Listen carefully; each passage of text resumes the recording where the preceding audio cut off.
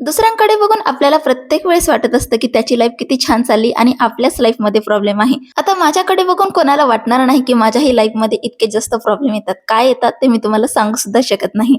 बरं असो, काही दिवसासाठी काय तब्बल 1 महिन्यासाठी मी गावी गेलेले होते आणि तोपर्यंत फक्त माझे मिस्टरच इथे राहत होते.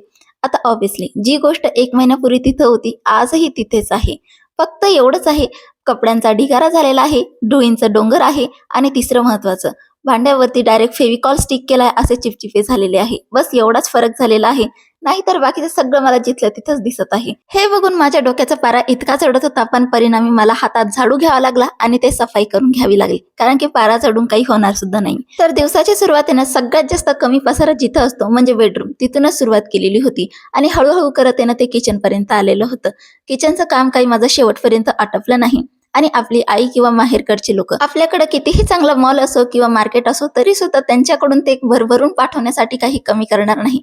माझ्याही घरी तेच कंडिशन आहे. बरं असो, त्यानंतर पटापट मी घर वगैरे झाडून घेतलं आणि फरशी वगैरे मी पुसून घेतलेली होती. माझी इथं कम्प्लिटली डस्टिंग वगैरे बाकी होती, पण तरीही मी पहिले फरशी पुसून घेतली. कारण की ना, 1 महिन्यामध्ये यावरती काय काय सांडलंय, काय काय फिरलंय याची आपल्याला गॅरंटी नसते आणि घरात लहान बाळ आहे म्हणून सर्वात आधी मला फरशी वगैरे पुसून घ्यावी लागली. त्यानंतर किचन ओट्यावरती भरपूर पसारा होता आणि किचन ओटा माझा असा चिपचिपा झालेला होता.